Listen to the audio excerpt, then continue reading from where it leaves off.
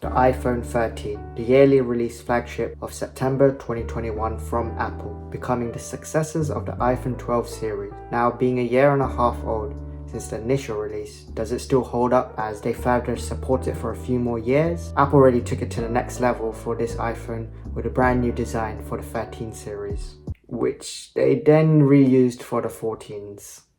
Every year Apple drops a new flagship.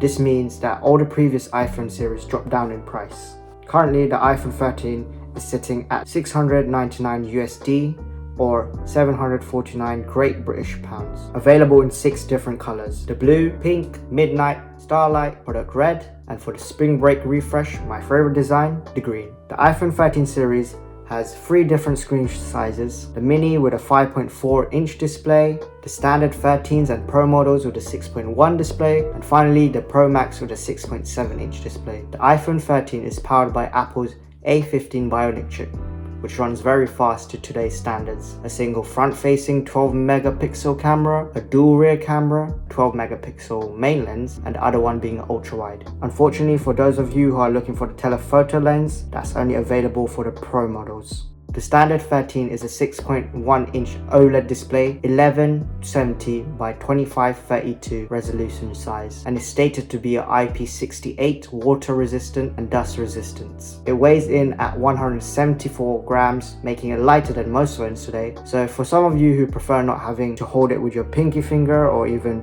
use both hands to hold the device, then this phone is quite good. I would say it's quite acceptable for one-hand usage, but if I were to be honest, if your hands are quite small, then you might struggle. This is where I would recommend the 13 mini over the 13s, and if your hands are the opposite, which are really big, then I would obviously recommend the Pro Maxes, but that's for another topic. Apple claims that the iPhone 13s have a playback of 19 hours, so they actually never give us the total milliamp per hour capacity of the phones. However, according to an article from a well-known source, Mac Rumors, they claim that the standard 13s have a 3227 milliamps per hour capacity, so basically a fair amount of battery capacity for your day-to-day uses, most likely to last you after a whole day's of use. But again, this all depends on what you do in a day and what tasks you complete. Watching videos and taking photos plus gaming would substantially be different to your regular usage of just messaging and browsing. Therefore, I would most likely recommend you a power bank. For the design, obviously the 2 rear back cameras located on the back of the phone, and below it is the shiny Apple logo located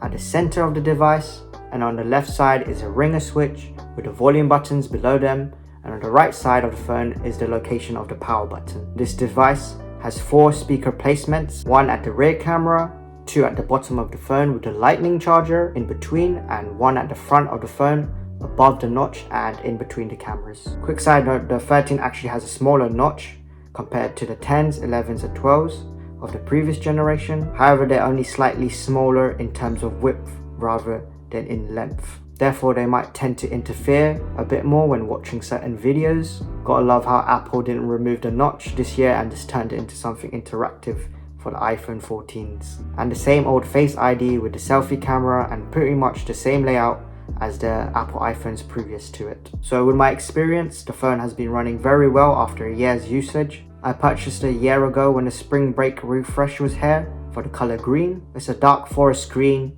which is really visible in sunlight and certain lightings. I had upgraded from an iPhone 8 previously, and I could tell the difference between performance quite well. The whole Face ID, the swipe up gestures, and the notch itself. So if you come from an older generation of Apple iPhones before the Apple iPhone 10, you might need some time to get used to it. But other than that, it's quite easy to learn and you just naturally adapt to it in just a few days. Performance is really great. I haven't had any issues in terms of crashes or bugs. This is probably because it's well developed for the iOS system. My usage is very varied. Some days I have really light days, some days I have heavy usage. If I'm lounging around in the living room and just watching YouTube, I tend to need my power bank with me or need to plug in again for some extra juice. However, if I'm out and about, I tend to use my phone less and only use it more for school, just to listen to music or just check my emails. It's weird how I use up most of my battery when I'm at home rather than when I'm actually outside. This is probably due to me just not having the time to go on it,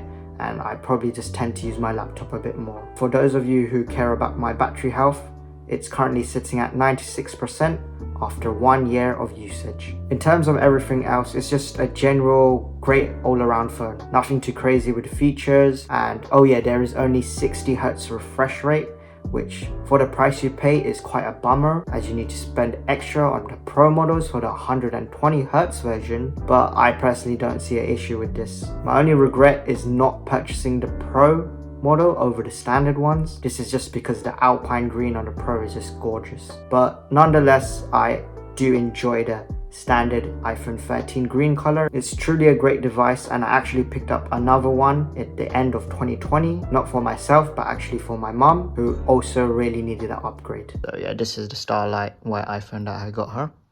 Yeah, just the other color options that are available. Oops, tripod's going crazy. Yeah, definitely recommend the 13s. If you just wait out till September of this year when the price drops again, I believe that the iPhone 13s will be the perfect value phone for the end of the year. However, if you want the latest and greatest, or price isn't much of a worry for you, then I would obviously just recommend the 15s that will be coming this September, or even picking up the 14 series, which will also have a price drop. That's it for the video. Hope you were able to decide whether or not you would like to upgrade to iPhone 13, or maybe even the 14 or the upcoming 15 series. Thanks for watching, and I'll see you in the next one.